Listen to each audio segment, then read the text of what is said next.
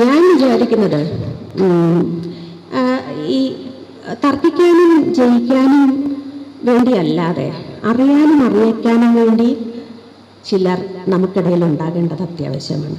അത് ഈ കാലം ആവശ്യപ്പെടുന്നുണ്ട്. നിയമസഭയിലും അങ്ങനെയുള്ളവരുണ്ടാകേണ്ടത് അത്യാവശ്യമാണ്, അറിയാനും അറിയിക്കാനും.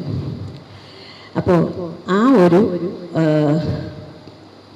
ജനാധിപത്യത്തിൻ്റെ ആ ഒരു വലിയൊരു ദൗത്യം നിറവേറ്റാൻ സ്വരാജ് നിയമസഭയിൽ ഉണ്ടാകേണ്ടത് സ്വരാജിൻ്റെ ആവശ്യത്തെക്കാളേറെ നിലമ്പൂരിൻ്റെ ആവശ്യമാണ് എന്ന് ഞാൻ വിചാരിക്കുന്നു.